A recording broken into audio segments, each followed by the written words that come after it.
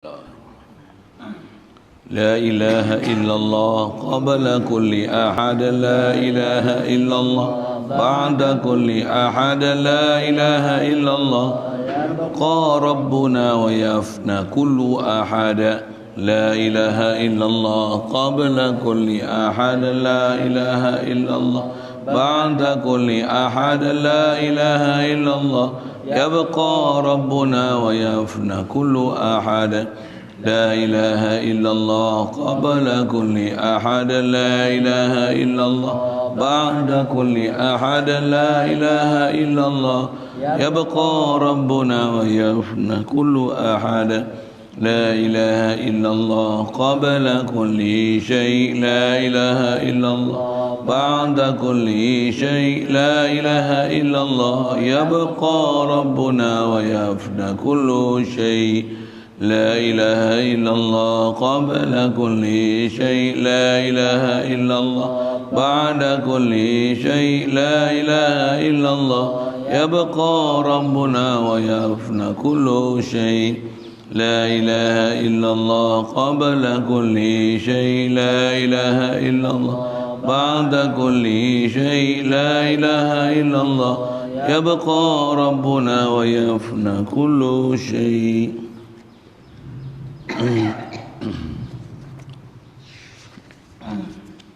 Bismillahirrahmanirrahim.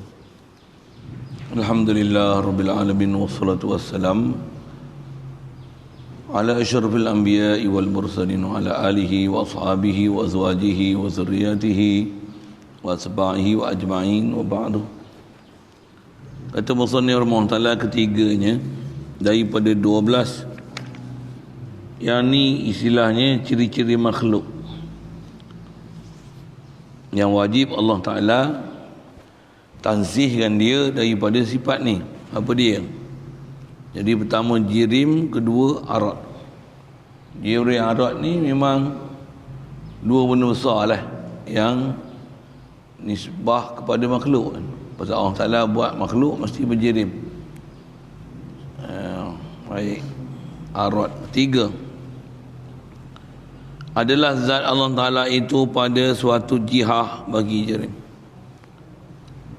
Kalau ikut ada benda yang saya sebut tadi tentang syarahkan arad tu, sifat tu saya sebut secara umum sifat.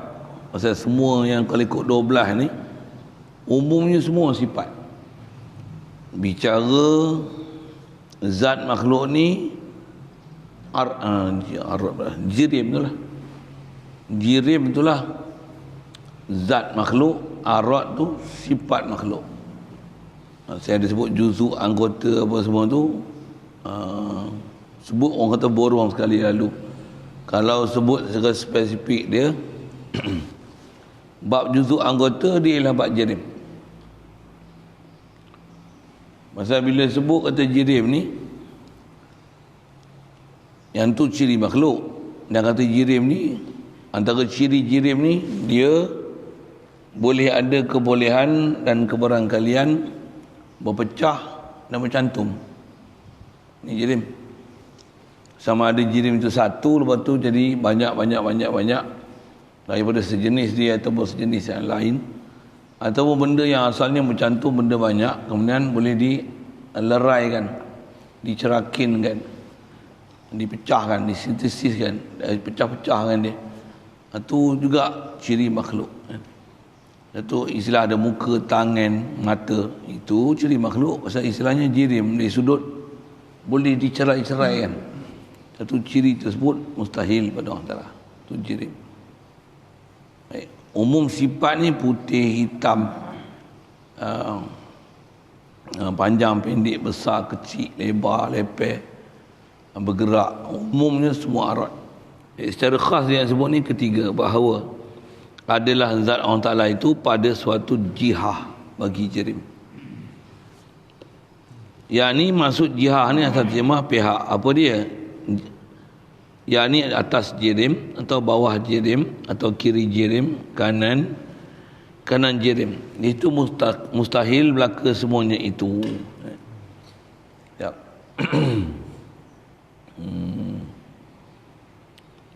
Istilah selalu disebut jihatus siti, pihak yang 6, depan, belakang, kiri, kanan, atas, bawah. Mustahil semua tu keadaan pada Allah Ta'ala.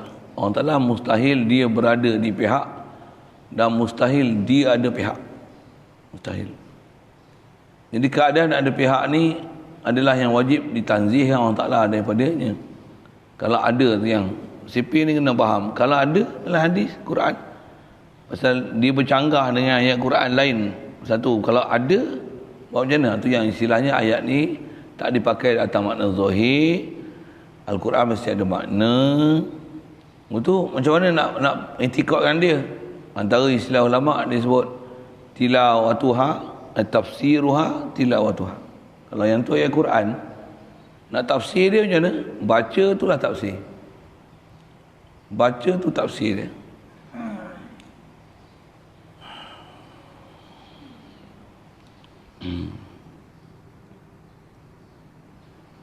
Inna Allah ma'ana, Allah bersama kita. Kan bersama tu faham macam jihad, duduk sekali pula tu kan. Duduk sekali pula. Bahkan ada faham bersama-sama tu, faham boleh jadi duduk sebelah, berdekatan, bersama. Oh, macam-macam hal. Kaedah dia tafsir dia macam mana? Tafsiruha tilawatuha. Baca je. Apa makna inna Allah ma'ana? Inna Allah ma'ana. Apa makna inna Allah ma'ana? Inna Allah ma'ana. Apa makna inna Allah ma'ana? Inna Allah ma'ana. Itulah tafsir dia. Ar-Rahman ala arsyistawa. Apa makna dia? Ar-Rahman ala arsyistawa. Apa makna Ar-Rahman ala arsyistawa? Ar-Rahman ala arsyistawa. Baca dia. Apa makna alif lam mim? Alif lam mim. Apa makna alif lam mim? Alif lam mim. Itulah bandingan dia. Apa makna Yasin? Yasin lah. Apa makna Yasin? Yasin lah. Apa makna Yasin? Yasin lah. Itu yang tafsiruha tilawatuha. Itu juga makna amir ruha kama ja'at. Lalu kan saja macam mana dia datang. Apa ni lalu tadi? Tafsiruha tilawatuha. Tafsir dia, baca dia. Baca je lah. Satu ada ayat Quran yang istilahnya tak perlu dihurai-hurai. Baca je. Satu baca ayat Quran, tambah ayat-ayat mutasyabihat tu adalah lebih selamat berbanding dengan menterjemahkan dia. Pasal terjemah tu dia boleh istilahnya sebut ulama mendatangkan waham pada Allah Ta'ala. Mendatangkan waham, ada keserupaan makhluk dengan Allah Ta'ala.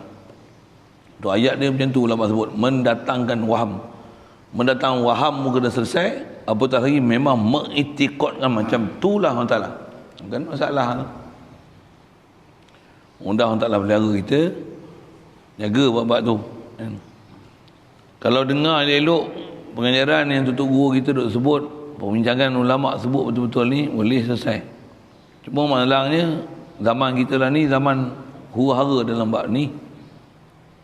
Orang yang tak sepatutnya bercerita tentang ayat-ayat mutasyabihat macam ni, mereka yang banyak lantang bercakap. Itu masalah. Satu kaedah pengawalan sepatutnya berhentikan puak-puak ni daripada bercakap. Itu je. Kita dah selesai dia. Kalau kita tak bagi huraian, bagi penjelasan pun macam mana? Tak bercakap apa pun, bila di silent dengan benda tu, tak ada orang akan cerita ajaran sesat ni. Tapi bila orang ajaran sesat ni diberikan untuk bercakap, diberi liputan luas oleh media, bahkan siaran-siaran TV kerajaan panggil orang ni, di-highlightkan diri dia. Jadi secara tak langsung di-highlightkan pendapat-pendapat mereka. Itu masalah. Yang itulah fitnah kita akhir zaman ni macam inilah. Hati-hatilah. Baik. Dia asal nak sebut berpihak-pihak tu, mustahil kiri, kanan, atas, bawah, depan, belakang. Iaitu mustahil belaka semuanya. Adapun jirim itu zat alam. Baik. Jirim ni apa? Dia bagi syarahan sikit. Jirim itu zat alam. Alam ni umum, bahasa tu nama am. Setiap yang ada dalam ni zat dia. Itulah dipanggil jirim. Satu ke Allah Ta'ala tak dibahasakan jirim. Pasal Allah bukan jirim. Dari segi tertib dan disiplin ilmu tauhid juga, atas nak membezakan Allah Ta'ala makhluk dengan makhluk, Allah dengan khalik makhluk. Allah diistilahkan zat, selain pada makhluk, astagfirullah, makhluk ni selain pada Allah Ta'ala ni diistilahkan sebagai jirim. Walaupun satu sudut kadang nak bahas kita sebut ni zat Allah, zat makhluk, sebut juga gitu tak? untuk menunjukkan bahawasanya maksud jirim tu adalah zat makhluk. Kau tak faham nanti. Duk faham orang Ta'ala sabit zat dia, okey faham. Sebut makhluk, jirim lah tak faham. Padahal jirim tu adalah zat makhluk. Jadi zat makhluk boleh bicara, tapi zat Allah Ta'ala mana boleh bicara tentang dia. Itu bila sebut muka, tangan, kaki, ni zat makhluk. Ni zat makhluk. Allah. Mustahil ada zat yang macam tu. Jadi atas sekali lalu makna, jirim tu zat alam. Tak kira haiwan, tumbuhan, batu, kayu, apa semua, udara sekalipun. Dan arad itu sifatnya sifat alam. Satu saya sebut, arad tu umum sifat. Jadi kalau faham 12 tu, jirim tu zat, 11 lagi arad. Dan tertib juga sebut bab tauhid ni, bila Allah zat sifat, makhluk jirim arad. Yang keempatnya, yang mustahil, yang faham macam ni membawa makna mumasalah lillahi dia. Ada penyerupaan Allah Ta'ala baharu apa dia? Bahawa adalah zat Allah Ta'ala itu di atas dan bawah dan kanan dan kiri, dan hadapan dan belakang pula, seperti jirim itu, iaitu mustahil. Tadi Allah berada di depan nisbah kita, depan belakang kita, depan kita, kanan kiri kita, atas kita, bawah kita. Itu ayakuna fi jihah, yakni ayakuna lahu huwa jihatun. Allah sendiri, dia ada depan, dia ada belakang, dia ada kiri, dia ada kanan, dia ada atas, dia bawah. Subhanallah. Itu pun antara sifat makhluk. Jadi kalau yang tadi tu nisbah kita dengan Allah Ta'ala, Allah ada di pihak kita, yang ni Allah ada kiri kanan ni, yang ni Allah sendiri dia ada pihak. Boleh? Jadi kalau kata akhirat esok kita berdiri hadapan Allah Ta'ala, hadapan Allah Ta'ala bukan maksudnya kita duduk depan dia, maksudnya Allah Ta'ala ada belakang, ada kiri dan kanan. Subhanallah. Subhanallah. Satu, kalau kita baca-baca hadis-hadis yang ada menunjukkan mana seolah-olah ada makna diri apa, depan belakang kiri kanan ni macam mana? Semua hadis-hadis yang tu dipanggil mutasyabihat. Kalau ayat Quran pun ada seumpama tu, nama dia mutasyabihat. Siapa kena ingat apa dia? Ayat mutasyabihat, lalukan dia saja macam mana dia datang. Macam tadilah, tafsiruha tilawatuha. Tafsir ni baca je. Kalau hadis pun sama, tafsiruha tilawatuha. Apa makna ni? Wallahu alam. Serah kepada Allah Ta'ala. Itu ialah, yang itulah dipanggil original salaf. Baik.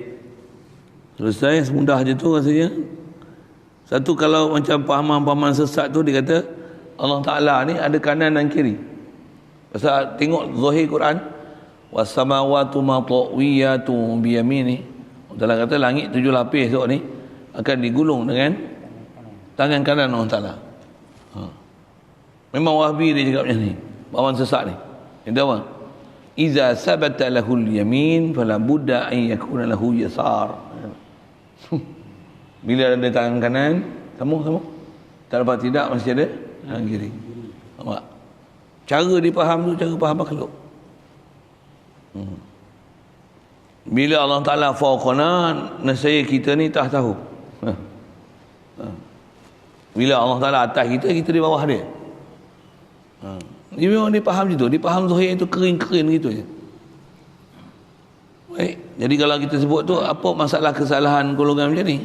Dia faham ketuhanan tak tepat dengan rumusan yang ulama sebut. Bahkan kalau compare dengan ayat Quran dan hadis yang lain, dengan apa yang mereka faham, memahamkan sifat makhluk tu pada Allah Ta'ala, dia akan berlaku kontradaksi. Itulah istilahnya kan. Kontradaksi apa? Ta'arud, berlawanan dalil. Ayat Quran ni kata macam ni, ayat Quran ni kata macam ni, hadis ni kata macam ni, hadis ni kata macam ni. Dia akan dapati berlawanan. Mustahil ayat Quran berlawanan. Kalau ada pun berlawanan pada zahirnya, dia hendaklah diselesaikan. Sama ada nasih mansukh, am mutlaq, mujmal mufassal, antara istilah lain dipanggil muhkam mutasyabih. Kena selesai. Misalnya dia ada hadis yang kata mustahil ada jangkitan penyakit, la adwa wala tiyarata. Contohlah, saya nak tunjuk kata ta'arud dan mesti selesaikan dia. Tambah ayat mutasyabihat ni memang ada lah, kena selesai. Rasulullah kata tak ada jangkitan penyakit, la adwa. Untuk buat apa nak ada penjarakan sosial ni? Nabi kata la adwa.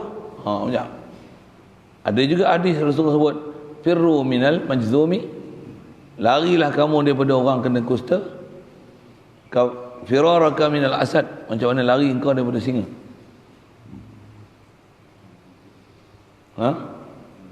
Ni suruh lari pula. Tadi kata tak ada jangkitan penyakit, untuk pasal berlari. Nampak? Jadi ulama syarahkan kita macam mana hadis ni. Dengan ada ulama pun kita boleh faham hadis ni. Kau tak nak pening tu. Jadi suruh lari pada singa, macam orang kusta daripada singa. Macam mana lari singa, nak juga apa? Nak juga ada proses sabab musabab, yang sabab menyebabkan ada kena penyakit pada kita. Jadi hindarkan diri daripada sabab penyakit. Satu. Tu tak ada jangkitan penyakit tu, macam mana? Memang tak ada istilah jangkitan penyakit. Yang penyakit tu sendiri menjangkit dengan diri dia, dengan zat dia. Takkan boleh berlaku jangkitan dengan kena Allah Ta'ala di atas peraturan sabab musabab. Satu suruh lari. Betul? Maksud tak ada jangkitan tu maksudnya fil haqiqah memang penyakit tak menjangkit, penyakit sendiri tidak boleh beri mudarat dan manfaat dengan zat dia. Boleh faham sebut apa? Jadi maksudlah adwa tu fi zatihi, memang yang kata penyakit, bahkan makanan bukan mengenyangkan kita, minuman bukan menghilangkan dahaga kita, ubat bukan sihatkan kita. Bahkan itu yang kena belajar tauhid betul-betul sebenarnya, yang memberikan taksir, beri bekas ni ini Allah Ta'ala. Itu yang saya sebut tadi, kita duduk belajar bab akidah pun, antara benda yang kita kena murnikan, yang betul kan, pertama sekali meluruskan tauhid kita apa? Allah lah bagi ada aku dan bagi seluruh alam ni. Jadi kita makan nak tengok makan apa? Contohlah, kena bagi faham, makanya Allah bagi rezeki aku, alhamdulillah. Dia bagi minum aku, ya Allah. Lama pula kita bukan masak pun orang lain masak, dia hantar pula tukang masak lagi. La ilaha illallah. Kita nak bagi dapat tauhid tu. Dapat tauhid tu. Allah Ta'ala bagi kita. Kaedah dia macam mana? Kena rajin duduk fikir, tafakur. Amal Rasulullah suruh tu antaranya. Dan Rasulullah ajar. Antara ajar tu apa? Ajar dengan doa-doa yang Rasulullah ajar. Begitu juga bacaan-bacaan yang disuruh hadirkan kita pada setiap aktiviti kita buat, supaya etikot kita semua rujuk pada Allah Ta'ala. Berjalan, pakai baju, makan, minum, melihat, mendengar, semualah. Yang kata nisbah nak berjalan betul-betul, yang kata kena ada di pelajaran khas, ada guru khas, memang khas untuk asuh kita bab tu je. Memang ada. Mudah-mudahan dimudahkan kita untuk jumpa orang macam tu. Baik, saya tak panjang lah. Jadi mustahil Allah Ta'ala sendiri dia berpihak depan kanan kiri, depan belakang kiri kanan atas bawah, subhanallah. Dan iaitu mustahil juga kelimanya bertempat. Zat Allah Ta'ala itu dengan suatu tempat. Allah Ta'ala ada tempat, ada lokasi yang dia duduk, dia pun occupied space, subhanallah. Seperti bertempat di tengah jerim, atau di tepi jerim, atau di dalam jerim, atau di luar jerim. Siap. Jadi duk faham atas arah, meliputi alam ini, liput dengan mana, mengisi, subhanallah. Subhanallah. Itu istilahnya bertempat. Ataupun Allah Ta'ala ada di mana-mana. Mana dengan mana tempat, salah. Itu pun salah juga. Kalau di mana-mana pun salah, Allah Ta'ala ada di arah pun salah. Salah. Itu terjemahnya lah. Terjemah tu boleh mendatangkan waham. Bahkan bukan saja waham, bahkan ada orang itikad dengan zahir ayat macam tu. Masalah. So, peliharalah kita, ya Allah. Baik, yang kelimanya bertempat. Keenam, bertambah zat Allah Ta'ala itu dengan suatu masa. Yang tiga masa dahulu, dengan tiga masa. Ada bertambah zat Allah Ta'ala dengan sesuatu masa. Maksudnya zat Allah Ta'ala ada kait dengan masa. Kait yataqayyadu bi zaman. Antara zaman tiga masa tu apa? Tiga zaman tu apa? Zaman dahulu, zaman sekarang, dan masa kemudian. Maksudnya akan datang. Allah Ta'ala mustahil dilalui oleh zaman. Siap. Satu, bila ada ayat Quran yang menisbahkan pada Allah Ta'ala, ada zaman dekat dia, mesti kena tanggung dia makna subut wa istimrar. Saya pernah sebut tu rasanya. Kalau kita baca kana, kana fi'il madhi. Kana Allahu ghafurur rahim. Adalah Allah Taala ni ghafur, pengampun. Rahim, penyayang. Terjemah. Apa makna mengampun? Kana Allahu ghafuran. Faham kana ni dulu Allah Taala mengampun. Sekarang kalau faham tu tak dah lah. Saya ada dulu sekarang tak. Allah Taala kana tu dengan mana? Sabata ghufranuhu wa rahmatuhu. Sabit sifat ghufran Allah Taala. Ya. Dulu kini selamanya tak ubah-ubah. Jadi kana tu bukan dengan mana zaman, tapi kana dengan mana subut was istimrar, sabit dan berkekalan sifat tu pada zat dia, pada diri dia. Mustahil dengan mana zahir terjemah dengan menunjukkan mana-mana yang pada makhluk tu. Siap.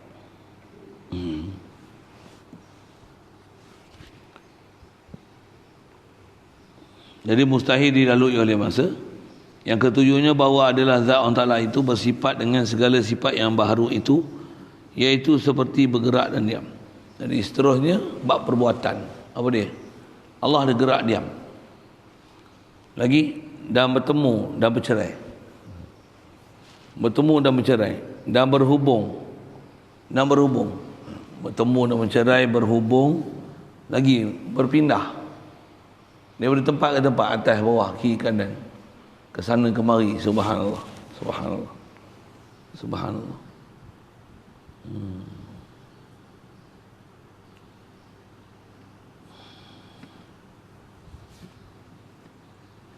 Itu 7. Siap. Bergerak. Yang ke-8, dan berserah.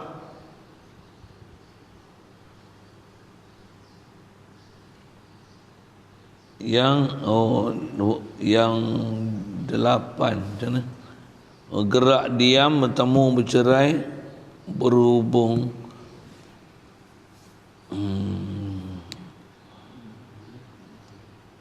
Sifat yang 8. 8 tu bukan yang ke-8 lagi. Yang ke-8 depan ni bukan ke-8. Dan berserta.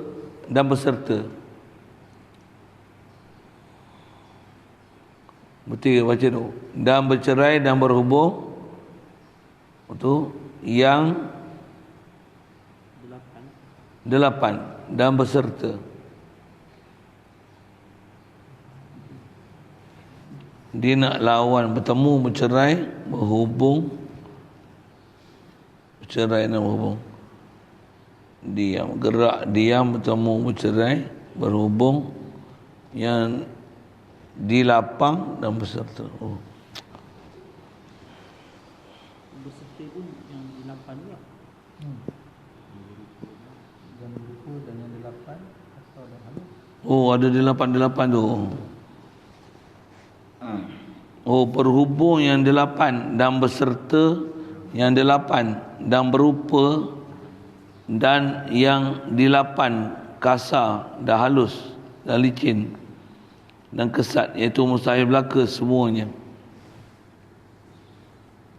Berhubung yang 8, bercerai berhubung yang 8. Bercerai berhubung atas bawah, kiri kanan, depan belakang. Tu dam tak?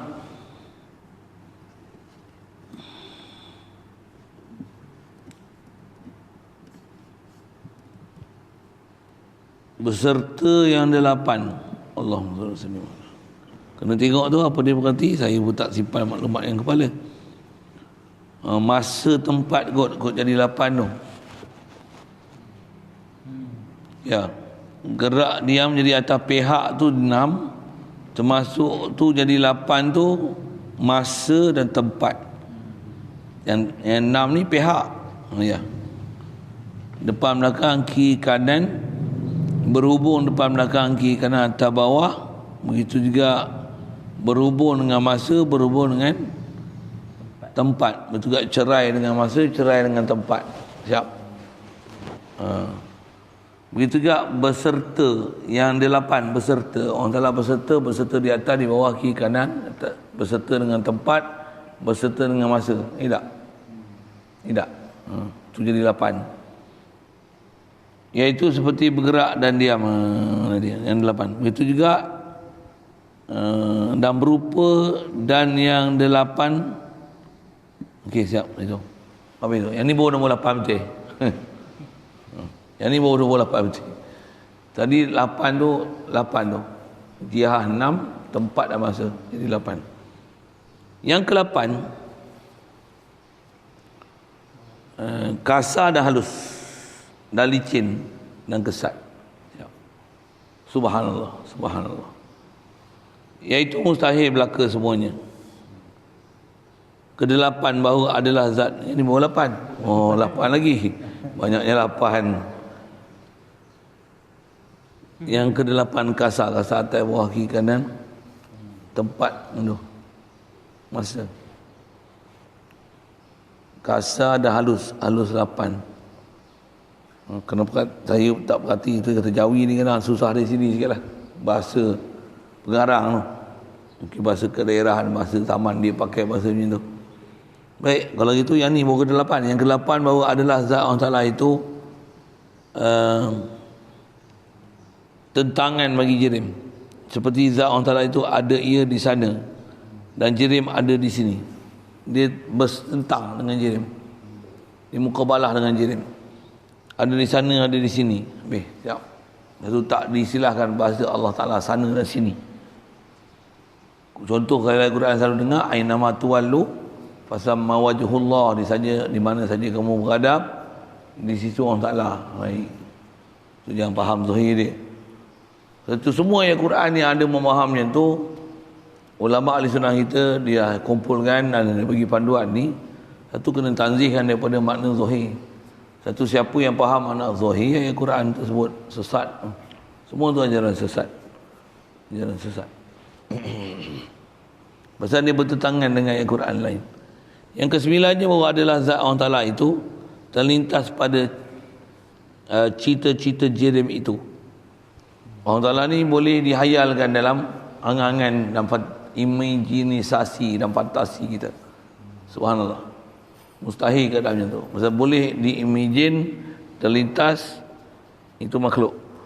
Satu kalau datang kat kita lintasan, fikiran, bayangan, waham sekalipun, istighfar, minta ampun di atas terhadir fikiran macam tu, tanzih Allah Ta'ala, subhanallah, astagfirullah, subhanallah, minta lindung, a'udzubillahi minasyaitonirrajim, daripada syaitan yang terjam, lepas tu zikir.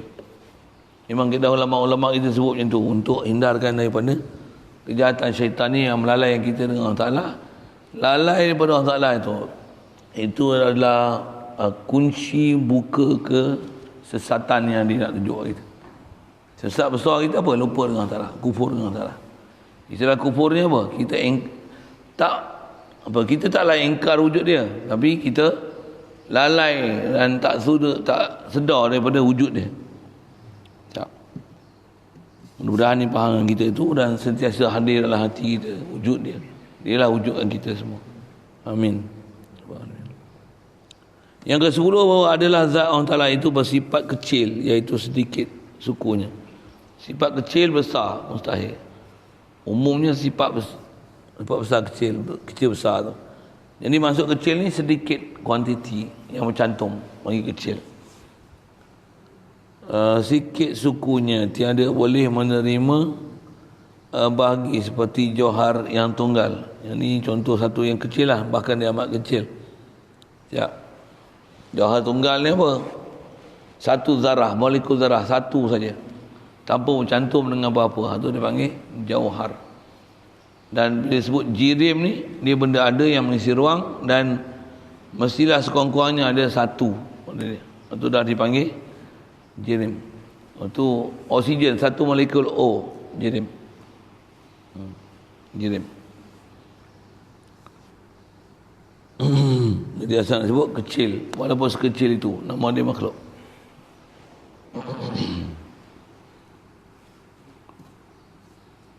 Sebelas, bahawa adalah zat Allah Ta'ala itu bersifat dengan besar. Namanya besar ni apa dia? Iaitu banyak sukunya. Subhanallah. Ramai orang ajar akidahnya ni. Malaysia mungkin tak viral bab besar-besar ni. Kalau kita pergi Endon ataupun tengok YouTube Endon punya, jaga. Ada orang Syekh besar ajar, sesat gila je. Ajar apa? Ajar tentang kata akidah Allah Ta'ala ni besar. Besar tu dia faham besar apa? Banyak suku. Antara dia kata apa? Kursi ni tempat letak kaki Allah Ta'ala. Arasy tempat duduk dia. Bayangkan besarnya Allah Ta'ala ni.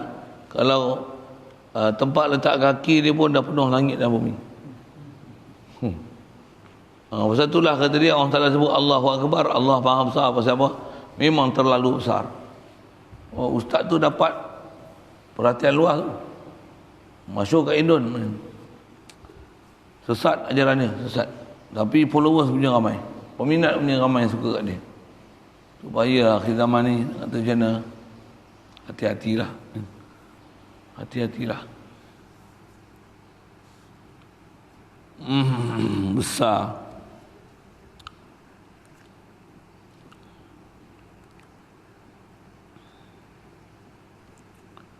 Sebelah ke-12 jadi sukun. Menerima bagi jisim, artinya bertubuh. Yang ke-12 bahawa adalah zat Allah Ta'ala itu bersifat ia dengan mengambil faedah pada segala perbuatan dan segala hikmahnya. Allah Ta'ala ni dia ada ambil faedah pada perbuatan dan hukum hakam dia. Subhanallah.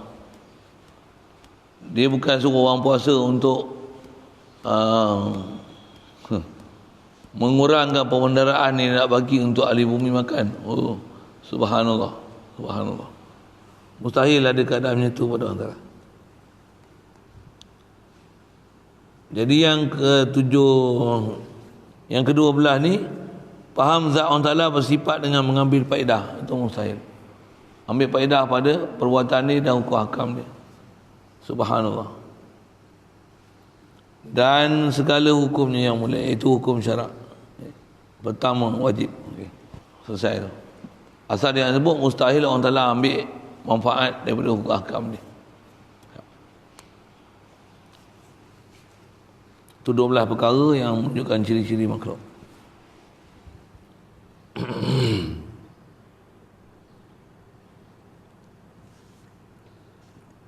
Baik, pertama wajib. Okey, yang ni dia masuk hukum syarak. Situ dulu soalan kalau ada. Mana? Apa dia? Sambung dengan mubtada' baru tu kan. Yang mana? Yang 5 itu hukum syarak sambung. Iaitu hukum syarak. Pertama wajib. Dia gabung sekali. Istilahnya dia menyambi. Asalnya dia nak kata ciri ke-12 tu mustahil orang Ta'ala ambil faedah pada segala hukum-hukum dia daripada perbuatan dia dan segala hukum hakam dia. Untuk cerita hukum hakam, apa hukum syarak? Wajib, sunat, haram, makruh. Nah, semua ni termasuk dalam takrif 12 tu lah. Memang seluruh ulama kita macam ni. Macam tak ada noktah. Kalau ikut kita situ selesai, ni apa? Nak cerita hukum syarak pula. Hukum syarak ni maksudnya ketetapan yang datang daripada Allah SWT melalui Rasulullah. Rasulullah sebut tunjuk ajar pada sahabat. Jadi para sahabatlah telah dengan ilmu yang dibekalkan oleh Allah Ta'ala melalui Rasulullah SAW, mereka ada upaya mengenal daripada Al-Quran yang datang tu mana yang wajib, mana yang sunat, mana yang harus, mana yang makruh. Semua hal dah diajar kepada kita hukum syarak tu. Lagi lain? Hukum tu nak cerita hukumnya tu lah, hukum yang 5. Ya. Lagi? Kaedah yang ulama buat apabila bertemu dengan ayat mutasyabihat ni. Ustaz kata tadi yang pertama dia apa? Tafsiruha Tilawatuha. Tapi yang satu lagi tu Amiruha kama ja'at. Tapi yang kata kaedah az-zahir laisa murad tu semua. Ya, betul. Zahir laisa murad, waktu yajib ta'wil. Wajib ta'wil kan dia. Ta'wil pun ada istilah dua, ijmali, tafsili. Ta'wil ijmali apa dia? Yang zahir laisa murad, apa dia ada maksud, apa makna dia wallahu alam. Itu tafsir ijmali. Ta'wil ijmali.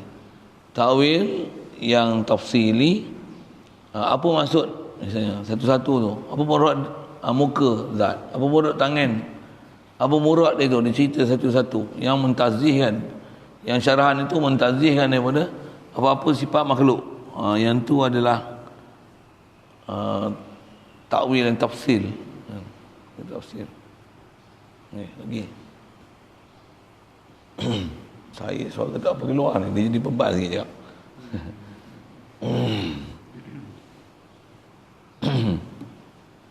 Sebab dah buat tapi tak apa nak jadi. Dia jadi sekat sikit. Cakap macam ni dia rasa macam penat letih. Duduk bunyi tu.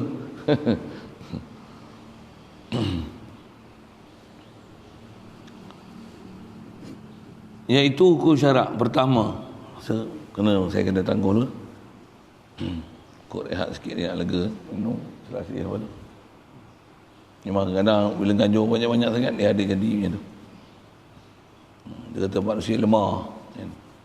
Macam mana buat-buat sebab saya tengok jadi macam mana? La ilaha illallah. Semua dia. Kita buat sebab je. Buat sebab lagi betul. Ada pengalaman dah buat macam ni jadi lepas, hilang masalah. Waktu buat macam mana? Allah yang bagi semua. Antas syafi. Sebenarnya kita bukan hajat pada ubat. Bukan sebab. Kita hajat ke Allah. Dan Allah, dia bagi kat kita tunai hajat kita tu dengan dia bagi makhluk. Dia sediakan makanan, minuman, ubat. Kita ambil. Jadi sebenarnya kita bukan berhajat ke ubat tu. Kita berhajat siapa yang menjadikan ubat tu. Ini kira-kira tauhid juga dia ajar oleh ulama. Itu tauhid. Saya ngaji dulu ada guru dia ajar macam tu. Macam mana best lah dia ajar. Saya tak, kat tuan-tuan saya tak tahu. Saya dapat maklumat yang tu saya rasa syok ke mana lah. Pasal dia ajar kita satu prinsip. Makhluk ni kita tenggelamkan rasa ke makhluk, bahkan dengan makhluk tu hadirkan diri, rasa Allah yang bagi kita sesuatu. Makhluk ni sabab aja. Pasal makhluk memang diri dia tak boleh memberi sesuatu. Sebenarnya di atas prinsip la ilaha illallah ni, Allah je ilah, makhluk bukan ilah. Makhluk takkan boleh berhajat sama sekali kepada makhluk, dan makhluk takkan boleh tunaikan hajat pada makhluk. Tak boleh. Untuk kita ni duk cari makan, minum, tempat tinggal, apa semua ni, apa dia? Yang ni perjalanan sabab. Memang perjalanan sabab macam ni. Dan kita kena keluar daripada kotak sabab ni, khasnya bak hati. Jangan berpegang pada sabab, tapi berpeganglah siapa yang menjadikan sabab. Pasal kita sebenarnya bukan hajat pada sabab. Allah boleh bagi kita tanpa sabab, tapi dia tak jadikan kita macam tu. Pasal prinsip kehidupan ni dia buat sabab musabab. Jadi dia perintah taklifkan kita untuk buat sabab. Apa yang terhasil pada sabab tu wajib atas keedahan mutauhid. Mentauhidkan Allah Ta'ala dan merujuk pada Allah Ta'ala bahawasanya takkan boleh berlaku apa sesuatu pada kita dan juga pada makhluk ni melainkan kadar mana yang Allah Ta'ala beri untuk bagi jadi pada kita. Itu prinsip. Jadi kalau tauhid kita dapat berjalan macam tu, masya-Allah, memang best.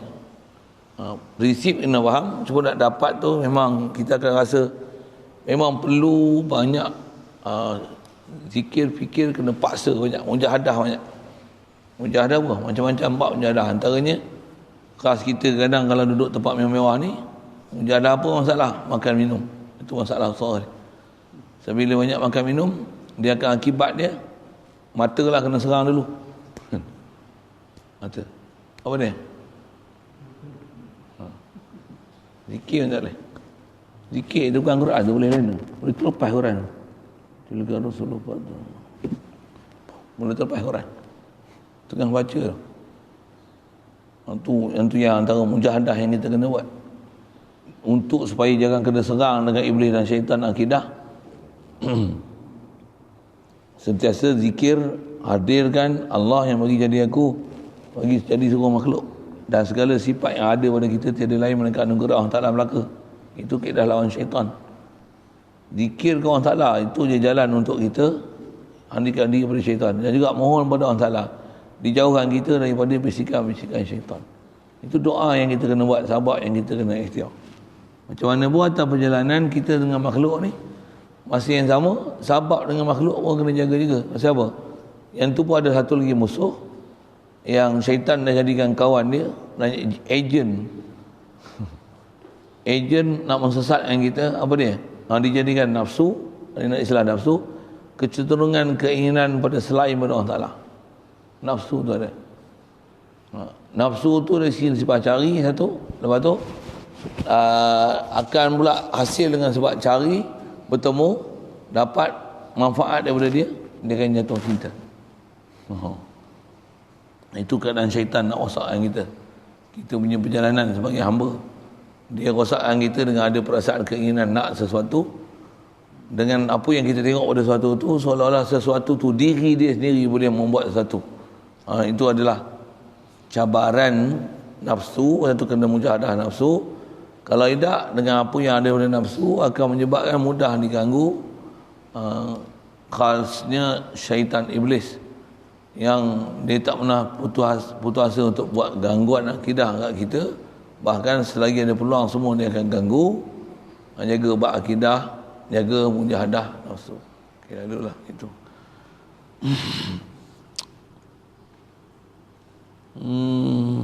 Ada lagi? Ya. Ejen dia nafsu. Ya. Satu nafsu kita tak boleh bunuh, tak boleh halau. Dia kena ajar. Ajar. Nak ajar apa? Ajar bagi rajin, jangan malas. Tu.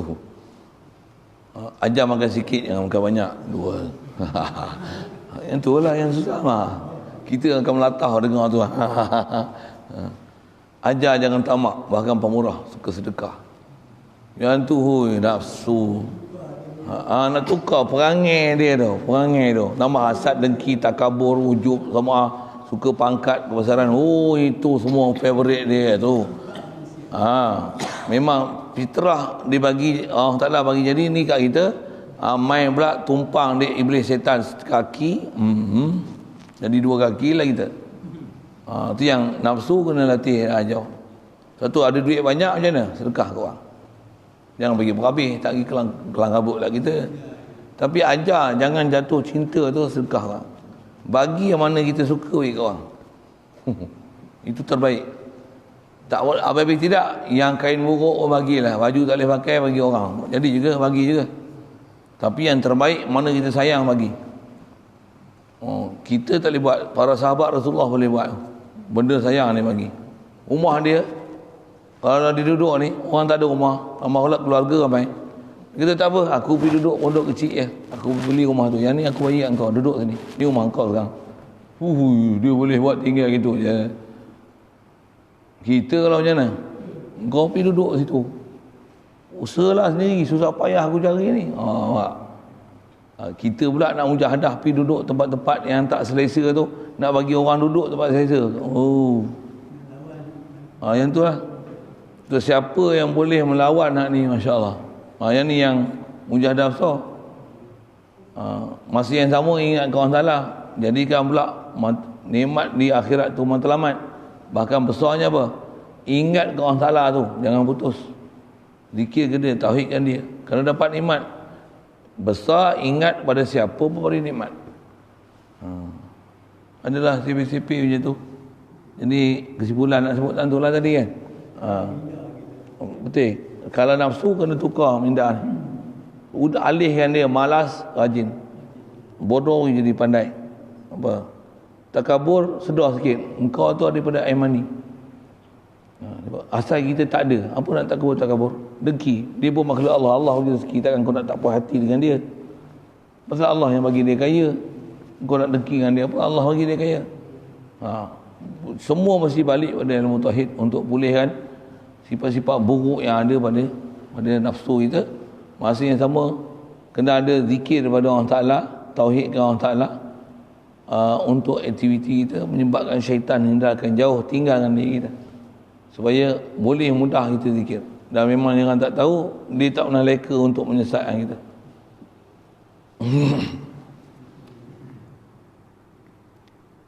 Tak ada situ dulu lah, kena tangguh kat dulu ni. Iaitu hukum syarak. Hukum syarak ada 5. wajib, kedua sunat, ketiga haram, keempat makruh, kelima mubah. Itu dulu.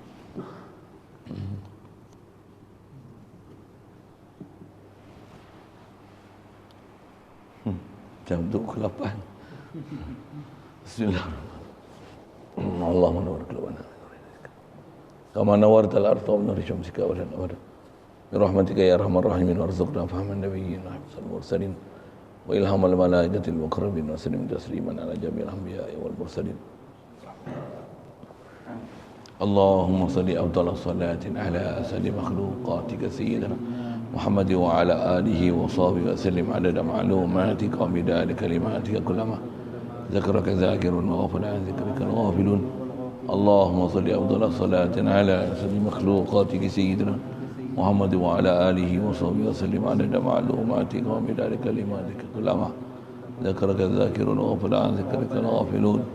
اللهم صل أفضل الصلاة على أسد مخلوقاتك سيدنا محمد وعلى آله وصحبه وسلم عدد معلوماتك ومدار كلماتك كلما ذكرك ذاكر وغفل عن ذكرك.